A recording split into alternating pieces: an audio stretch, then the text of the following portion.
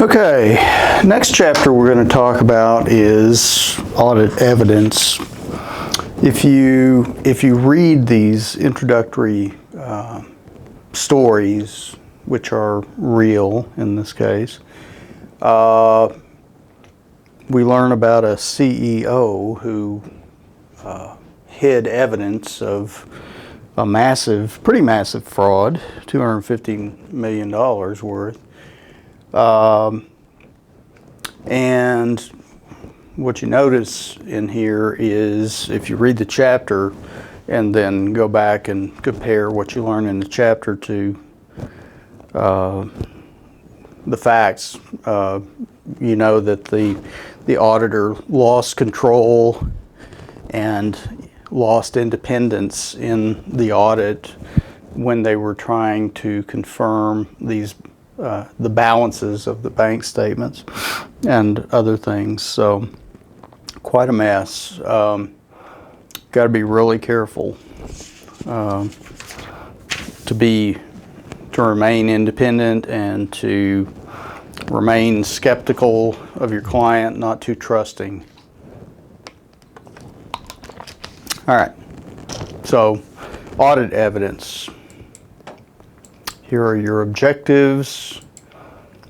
Objective 1, contrast audit evidence with evidence used by other professions. They give you this table of comparison of evidence used in an audit, and talks about the basis of comparison and all that. So look at that table. Anyway, talking about the nature of evidence, any information used by the auditor to determine, well, what they're saying here, evidence is any information used by the auditor to determine whether the information being audited is stated in accordance with established criteria, which, as we know, is GAAP. And what they point out, they're referring back to this table 7-1 to acknowledge that use of evidence is not unique to auditors, that this is what scientists do when they collect evidence to determine certain conclusions about the evidence. This is what lawyers do when they try a case. So some similarities, some differences. So you have the use of the evidence. For audits, it's determined whether the statements are fairly represented or presented. The nature of the evidence used in an audit, the various types of evidence generated come from the auditor's own either observations or calculations, things like that. A lot of times they come from third parties, and sometimes they come from the client. Party or parties evaluating the evidence, in this case the auditor evaluates the evidence. Certainty of conclusions, again, auditors are not guarantors of results. They can't make an opinion with 100% accuracy. They're just looking for a high level of assurance that the financial statements are fairly presented. Nature of conclusions, what they're trying to do is come to a conclusion and issue one of the several types of audit reports that we have talked about. Consequences of incorrect conclusions, well, you'll be sued for malpractice and possibly some other stuff as well.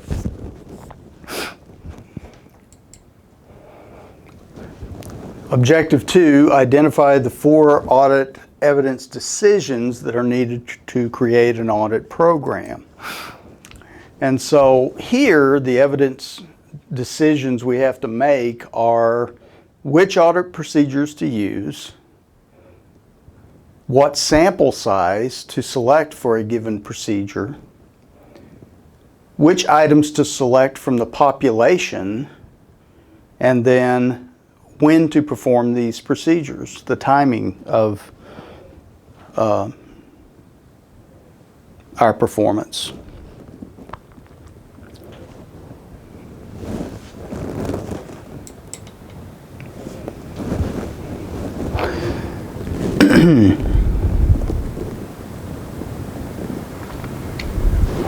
And so what we have here is the overall audit program. And this overall audit program includes a list of the audit procedures that the auditor considers necessary. And it includes the sample size that they're going to select, the particular items in that sample size that they're going to collect, as well as the timing of when they're going to collect these items. What many auditors use is an audit software package to generate these audit programs. They're very, very much in use these days.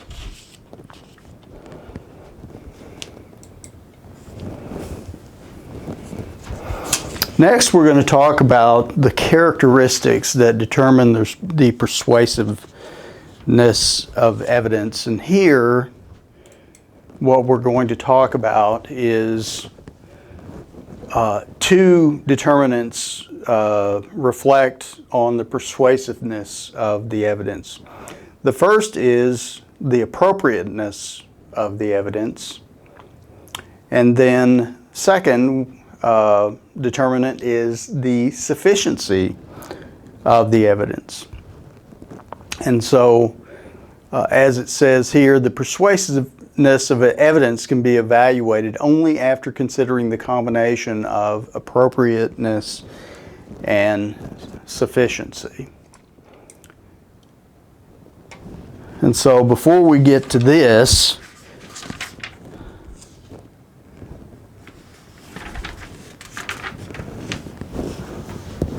what I want to look at is the fact that when you're considering the appropriateness of the evidence, you have to consider two factors. You have to consider the relevance of the evidence. And so what they talk about is the fact that evidence must pertain or be relevant to the audit objective that the auditor is testing before it can be appropriate. And so the example the book uses is an auditor's looking at the sufficiency and completeness of all the sales transactions. And so what they do to verify that, they can do a couple of things. And they talk about an auditor who finds invoices and tracks those invoices back to the shipping documents that relate to that invoice. Well, the question is that relevant to the completeness of all sales transactions? And the answer is no, because it doesn't tell you anything about whether or not there's shipping documents out there that don't have invoices. And so they turn that around in the example and use the example of tracing from the shipping document back to see if there's an invoice that relates to that shipping document. Well, that's relevant because you're always going to have shipping documents. The question is whether or not you have an invoice that relates to it. And so that second way of tracking this is relevant to the completeness of sales transactions. Now, here they're talking about the reliability of the evidence, which is defined as the degree to which evidence can be believable. And so they talk about 6 characteristics of reliable evidence, which is what we have here. And so the first characteristic is the independence of the provider. The general rule is that evidence obtained outside of the audit client is more reliable than evidence obtained from the audit client. Okay, so such evidence would be, let's say, bank statements. Well, that bank statement is from an independent party, the bank of the audit client. Same goes for verification of accounts receivable. Now, we'll talk about that a little bit more and how you do that, but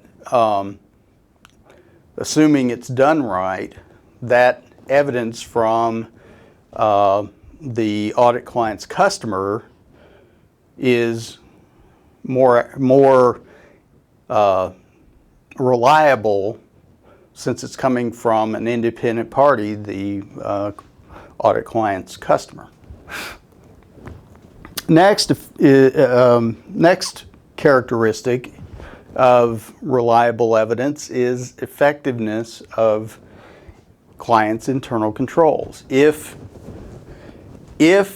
the auditor determines that the client's internal controls are effective, then there's a high likelihood that the evidence received from that client are reliable.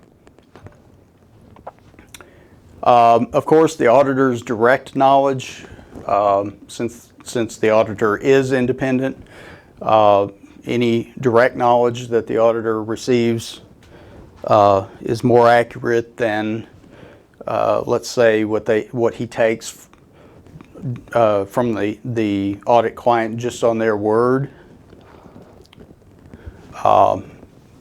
4, qualification of individuals providing the information.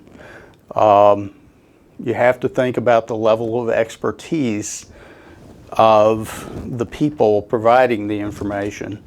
If it's a banker, a lawyer, or other professional, it's probably going to be a little more reliable, or maybe a lot more reliable than, say, information you receive from a third-party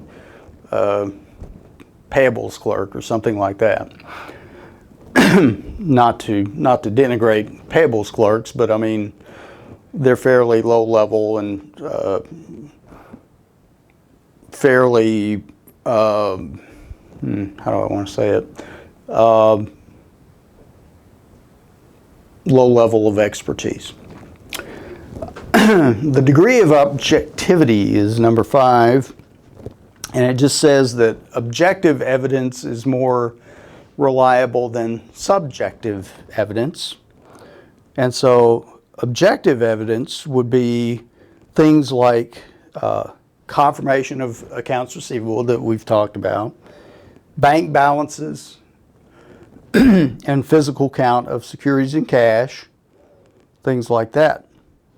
Example of subjective evidence would be things like letters received from a client, attorney, basically stating their opinion as to certain future outcomes of litigation or something like that. Well, that's just the attorney's opinion, and what actually may happen may be something totally different than his or her opinion. And then 6, timeliness. Evidence is usually more reliable for balance sheets accounts when they're obtained close to the balance sheet dates. For income statement accounts, evidence is more reliable if the sample for the entire period under audit is examined. In other words, you take sales transactions over the whole year, not just 1 month, one particular month.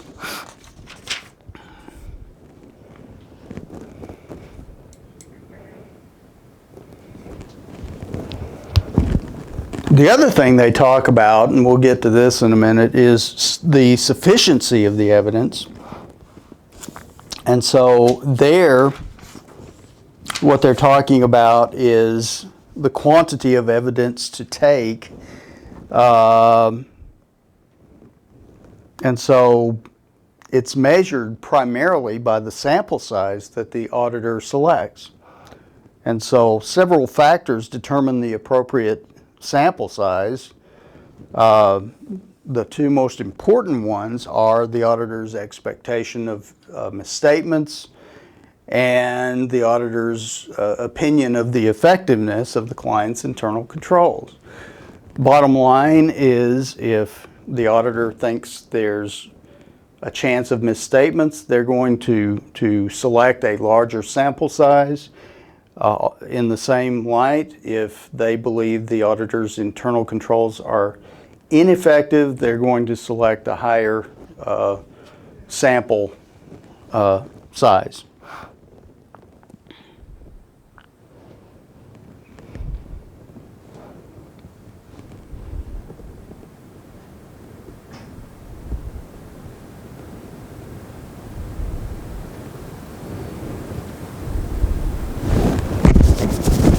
And so it says that the combined effect of the persuasive evidence or persuasiveness of evidence can be evaluated only after considering the combination of the appropriateness and sufficiency, and including the effects of the factors influencing the appropriateness and sufficiency.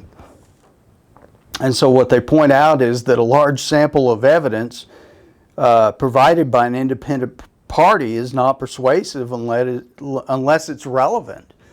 You can't increase sample size if what you're doing is irrelevant. It doesn't help. What they talk about also is the fact that a small sample of only one or two pieces of highly appropriate evidence also lacks persuasiveness. When determining the persuasiveness of the evidence, the auditor must evaluate the degree to which appropriateness and sufficiency, including all factors influencing them, have been met. All right, so they have this up here. And this is taking your audit evidence decision, the procedures, the timing, the sample size, and the items to collect or to select, and comparing it or sizing it up against the qualities that affect persuasiveness of evidence.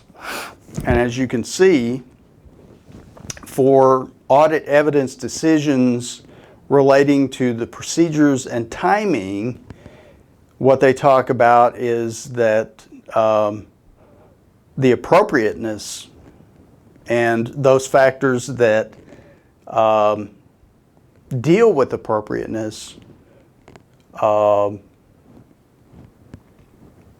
relate to the audit procedures and timing, and then the audit evidence decisions of sample size and the items to select relate to the quality affecting persuasiveness of evidence, which is sufficiency. And so that deals with the adequate sample size, determining the adequate sample size, and within that sample size, the selection of particular population items that the auditor wants to look at.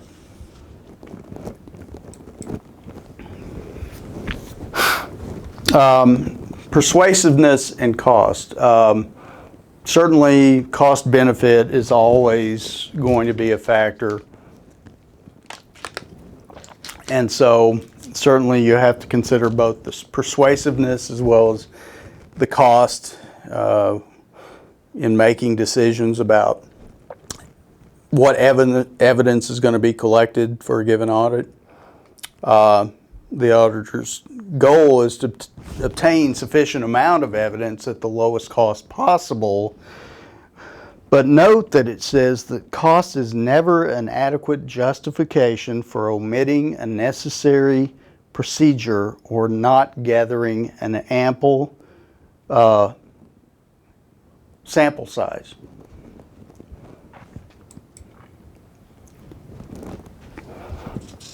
Next, we're going to talk about the 8 types of evidence used in auditing.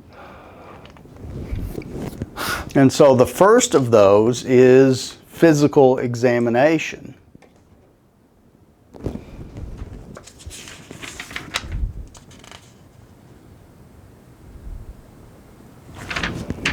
Let's go back to that.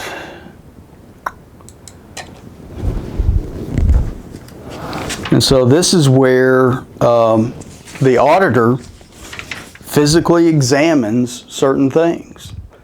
They go and physically observe or physically look at a particular fixed asset that the company represents that it owns. Well, you know, all that does, the physical examination, is verifies the existence of the item. What it doesn't do is it doesn't verify that the audit client actually owns it. I mean, there'd have to be other tests done to verify that the audit client actually has title to the asset, but at least it gives the auditor some assurance that at least the fixed asset exists and is in the possession of the audit client. So it's of some benefit. Certainly physical inventory would be another form of physical examination. Verification of cash would be a physical examination. Things like that. Next we have confirmation, and this is in our example where we send a confirmation to let's say a third-party customer of the audit client, and what you're looking for in the confirmation, let's say it's a sales customer of the audit client, what you're looking for is verification from the customer that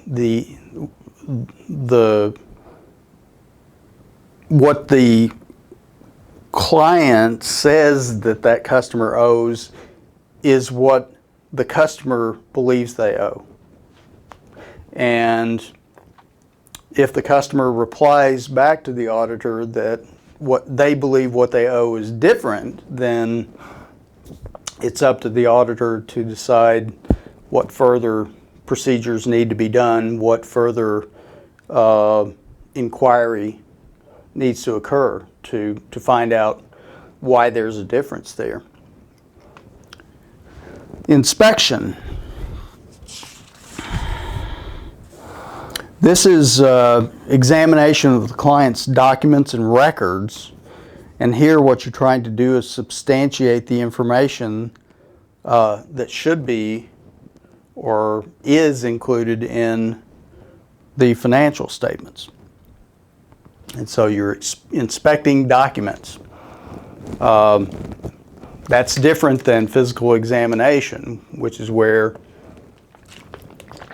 you're actually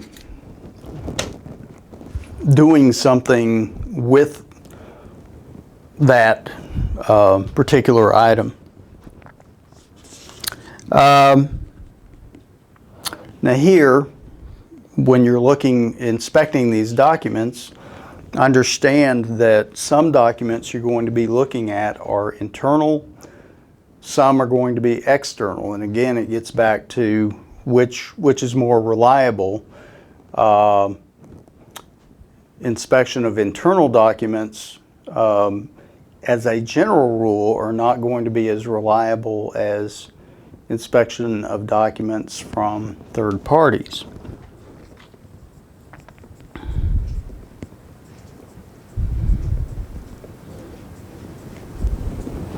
But even internal documents can be somewhat reliable in light of how effective the client's internal control system is. If they have a fairly effective internal control system, then possibly the inspection of those internal documents are reliable.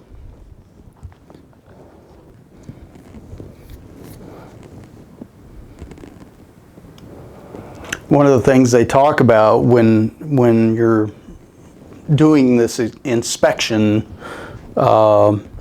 procedure of evidence, they talk about vouching and they talk about tracing. And so vouching is where you're basically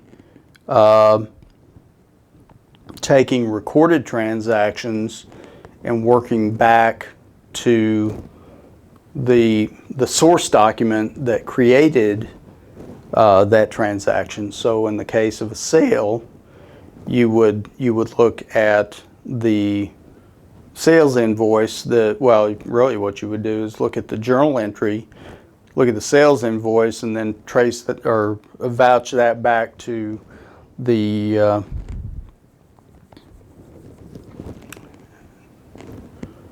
shipping document. And tracing would be where you work forward from the shipping document to the sales invoice to the journal entry. So it's just a different way of looking at it. One, you work forward, the other you work backward. Analytical procedures, here you're just you probably done in your financial accounting these ratios. A lot of what you're looking for is unusual trends, and that's exactly what this is all about. And so what you're trying to do is analyze certain non-financial as well as financial data to look for these unusual trends. And note that analytical procedures are required during the planning as well as the completion phases of all audits. And so they talk about some things that need to occur in these analytical procedures. First thing we talked about already is understanding the client's industry and business.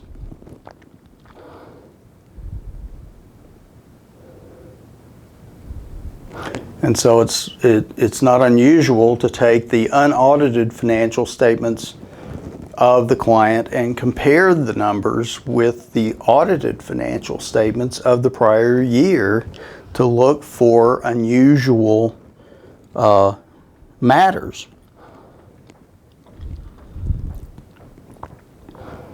The other thing they talk about is assess the entity's ability to continue as a going concern. Certain ratios, debt to equity ratio. Is it higher than normal for that business as well as in the industry?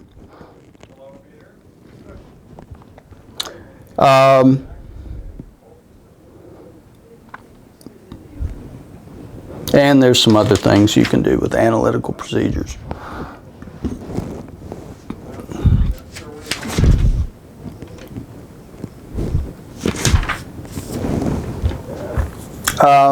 Inquiries of the client.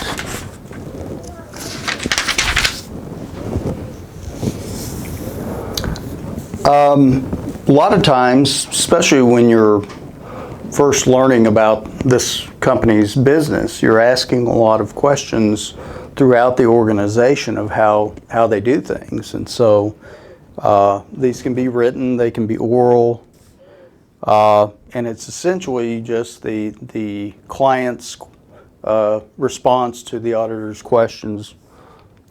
Understand that these inquiries sometimes are meant to be slanted to however the audit client wants. Well, basically, and this is where the auditor has to be very careful. The client will tell the auditor what they think the auditor wants to hear. Okay, so a certain procedure, asking how a certain procedure is done, the audit client's employee may tell the auditor what they want to hear or what the policy is, but in reality, what the employee does may be totally different. So client inquiries, you have to be really kind of careful. Sometimes they're not all that reliable.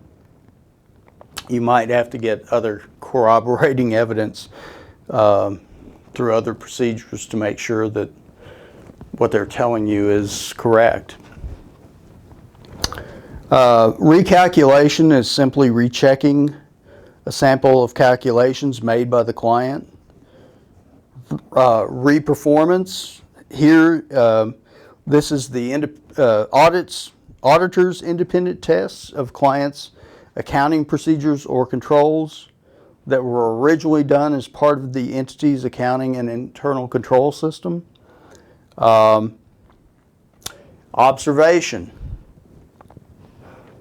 Have to be careful here, but here you're just simply the auditor's observing a process or procedure being performed by others, usually within the company.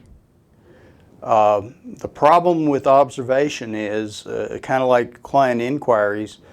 Let's say the auditor is observing how the audit client's accounting employees are doing a particular transaction.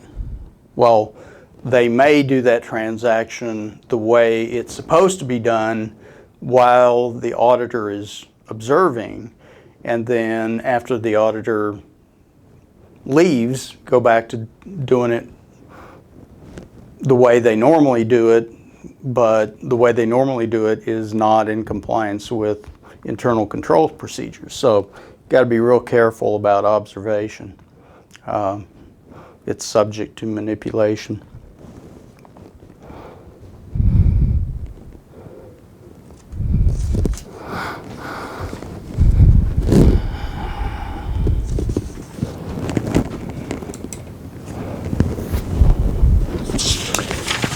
If you look at this, figure 7-1,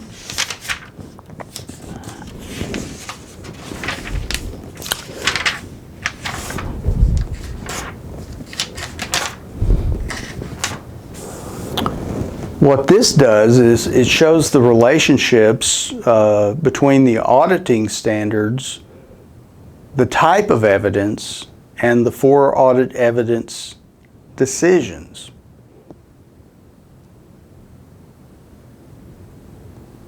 So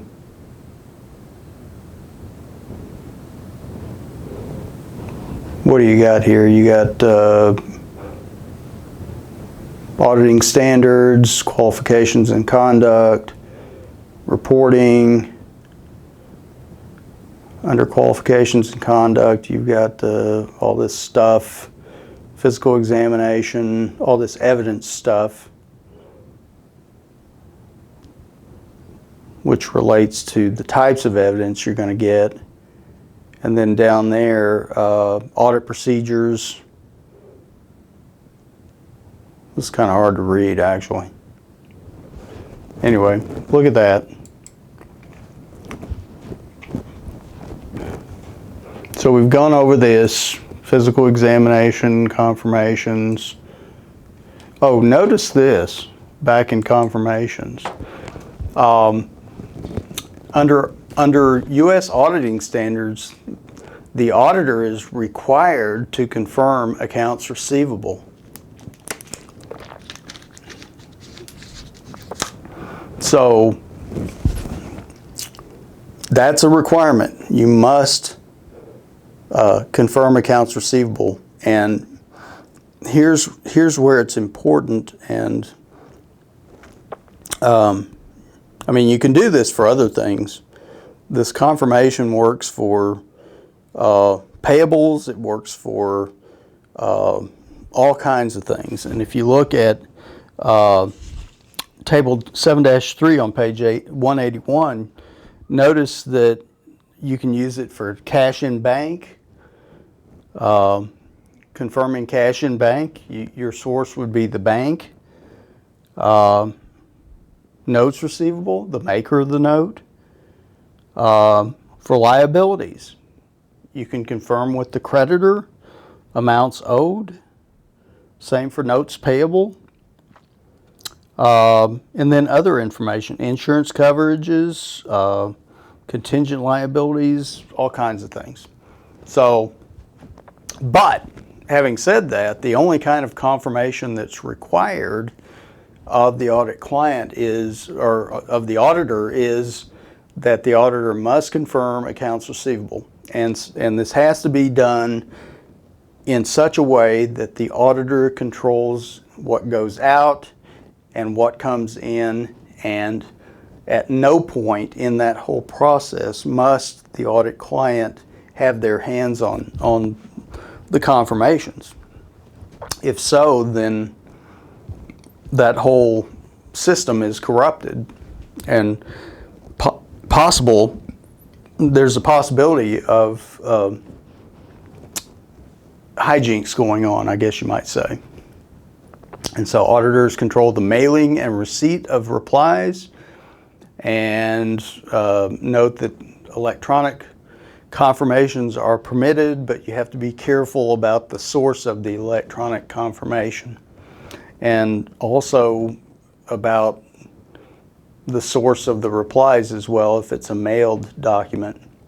Notice that international standards, auditing standards, don't require any sort of confirmation on any of the statement balances.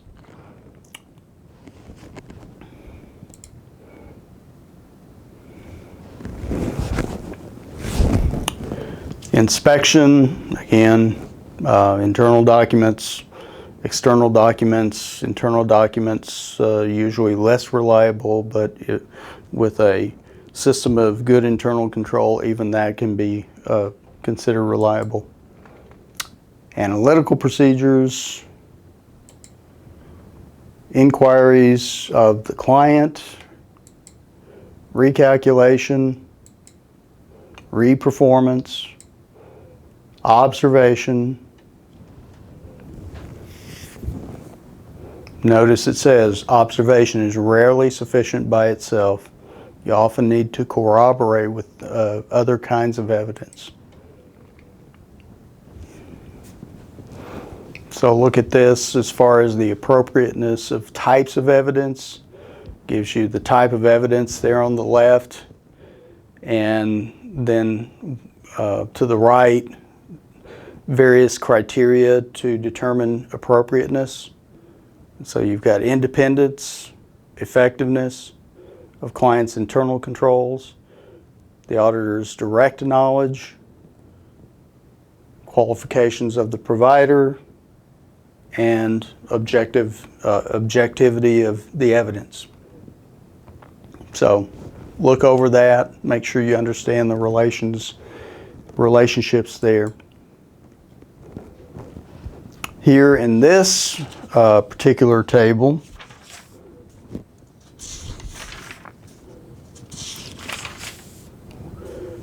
what they've done is they've taken 3 types of evidence and compared them with evidence decisions that relate to our audit procedure, the sample size, the items to select, and the timing. And so it says here, type of evidence, observation. And so the audit procedure is observe clients' personnel, accounting, inventory to determine whether they are properly following instructions. Sample size, all account teams. Items to select is not applicable, and the timing, balance sheet date. Again, you want to try to get as close to the balance sheet date as possible on these balance sheet items for testing. Income statement items, you want to cover the whole range from, if you're on a calendar year, January 1st through December 31st. And physical examination, the audit procedure is count a sample of inventory and compare the quantity and description to clients' counts. The sample size in this particular example is 120 items. And then the items that they collect or select to collect within that sample size is 40, and they base it upon the largest dollar value. And then on top of that, they select 80 on a random basis, which we'll talk about how we do. We'll talk about sampling at some point. Anyway, the timing, again, since we're dealing with inventory, is balance sheet date. And then inspection. The procedure is compare quantity of clients' perpetual records to quantity on clients' counts. Here the sample size is 70 items.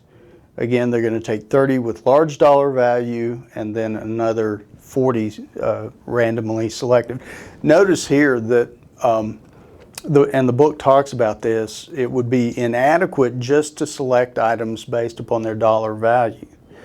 And so notice here, they're selecting a certain number of items based upon dollar value, but they're also randomly selecting among the whole sample size other items. Well, among the whole population, 80 items in the first example and 40 in that second example.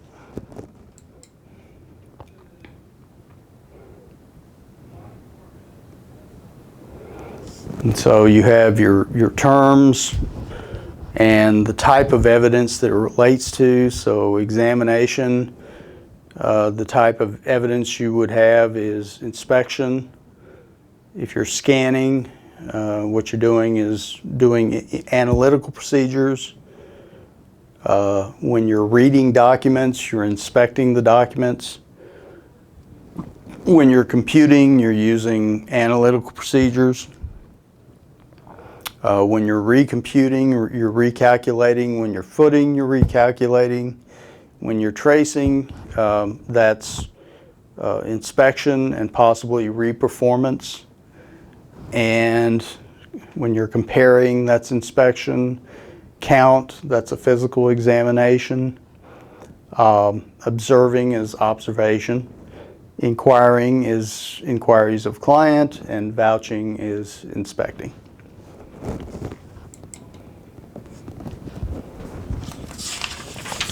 Next, they talk about audit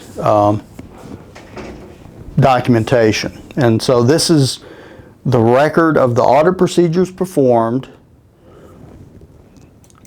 the relevant audit evidence, and the conclusion that the auditor reaches.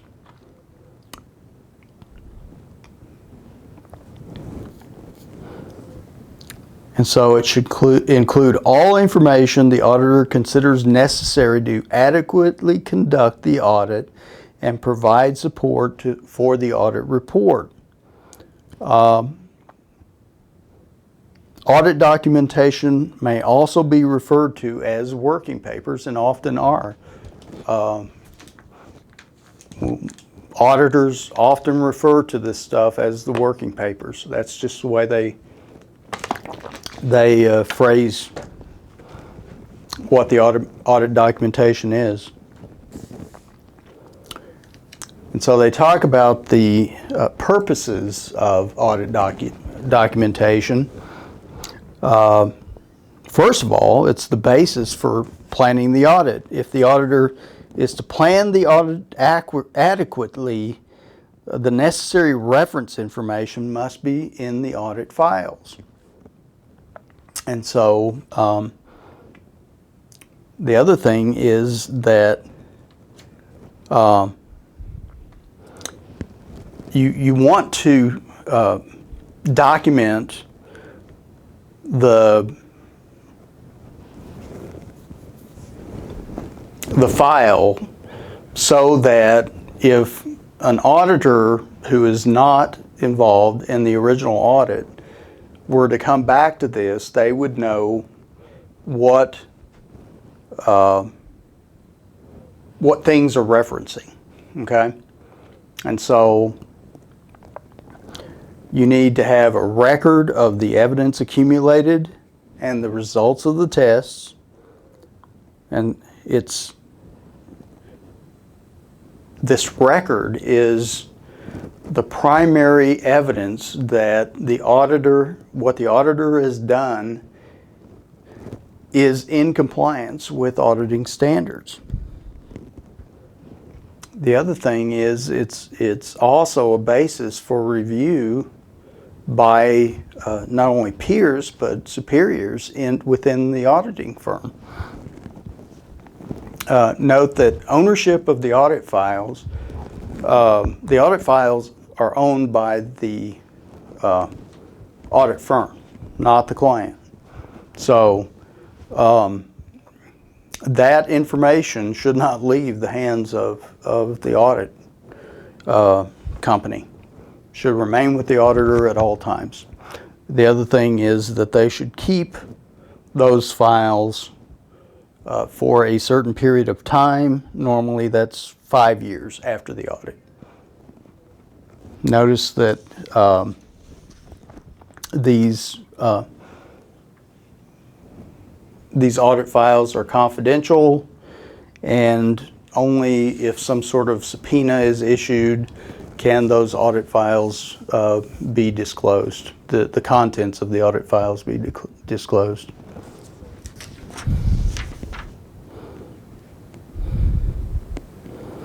Note that under Sarbanes-Oxley, as far as retention of audit documentation, the requirement's not 5 years, but it's 7 years.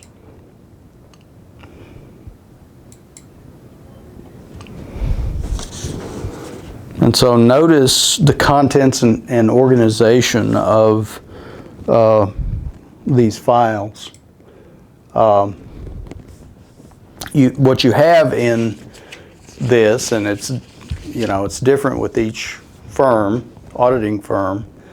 They each have their own little ways of doing things, but there are some general rules that apply.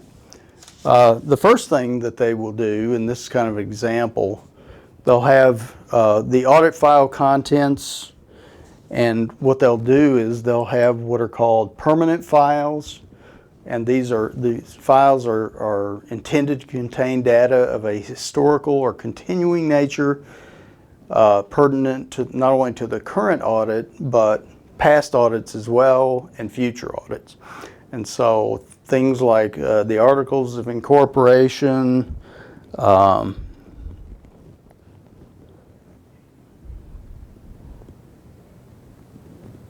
analysis from previous years of accounts that have continuing importance to the auditor, information related to understanding the internal control and assessing and control risk, and results of analytical procedures would be historical or in permanent files. Current files Here we have all audit documentation applicable to the year under audit. And so there, what you're going to have in the current file is the audit program, general information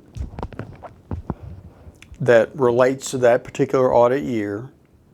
You're going to have a working trial balance that was supplied to the auditor by the audit client.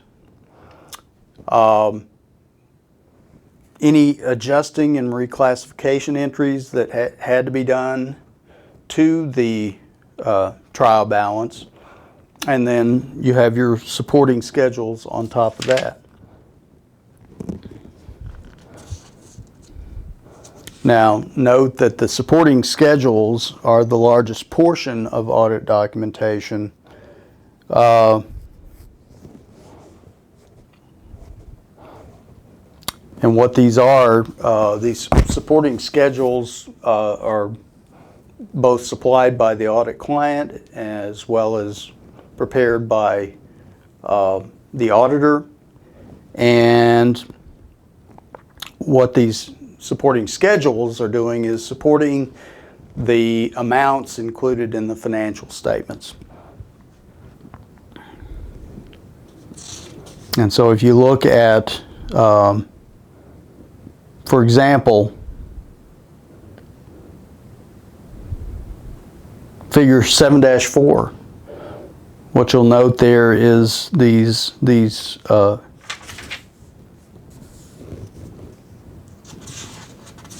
tick marks.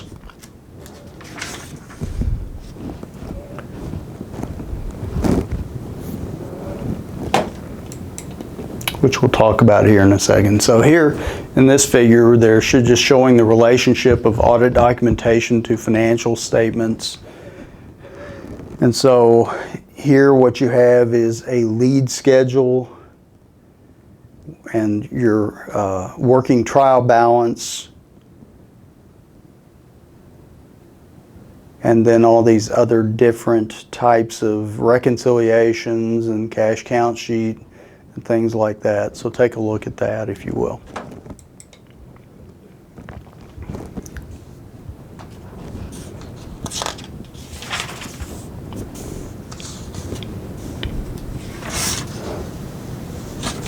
So they talk about here the different types of supporting schedules.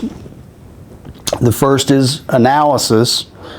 And so this is designed to show the activity in a general ledger account during the entire period under audit. And what you're trying to do is tie together the beginning and ending balances. Next is a trial balance or list. This is a type of schedule that consists of details that make up a year-end balance from the general ledger account, reconciliation of amounts.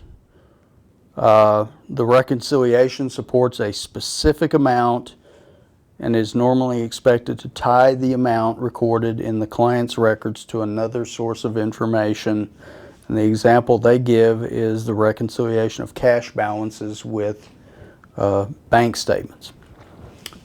Tests of reasonableness. That schedule simply contains the information that enables the auditor to evaluate whether the client's balance appears to include a misstatement considering the circumstances in the engagement. And you have others as well. You also have summary of procedures, examination of supporting documents. You might have an information schedule, and then outside documentation.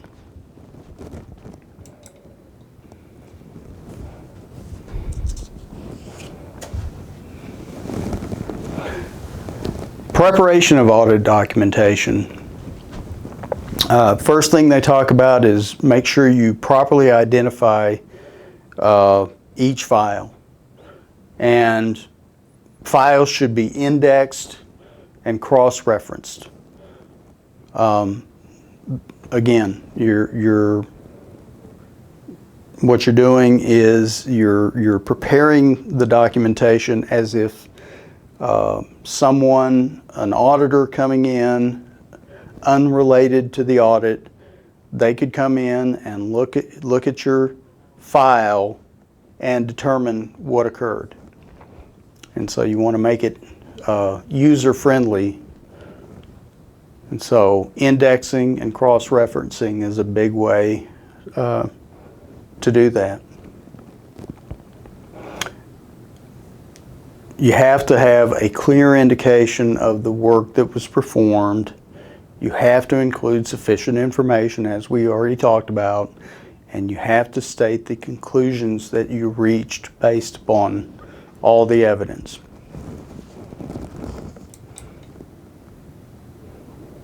So here, what we have here is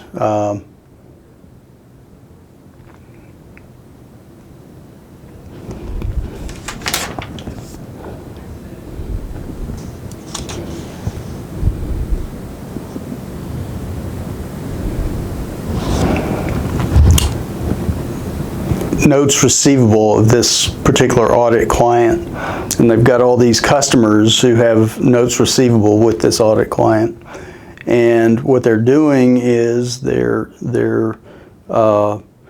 making sure that the face amount's correct as represented in the financial statements, and so they have all these tick marks that note that certain things have been done. In this case, the X stands for the fact that they verified that the agreed face amount, interest rate, issue and maturity dates to notes receivable are correct. And some other stuff. So if you look at that you got those tick marks. That's usually something that's pretty prevalent, real prevalent in auditing use. And so look at the bottom. These tick marks explain the audit procedures performed, by the way, and then based upon the audit procedures performed, the auditors reach a conclusion. In this case, the conclusion is that the note receivable balance as of this date appears fairly stated.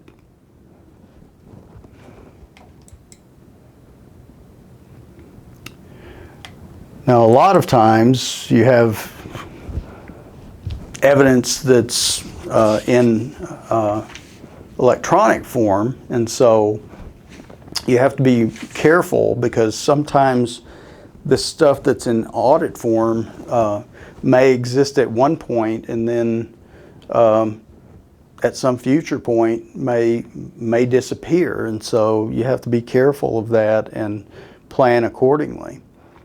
And so you have to evaluate how this may affect the gathering of evidence. And so auditors many times use these electronic or computerized audit software to do their audit, and they also use computers to read and examine evidence. Again, a lot of this may be in paper form, but a lot of it may also be in electronic form. And again, there are software programs out there that aid in the audit. They're typically window-based, so they're fairly user-friendly to the auditor.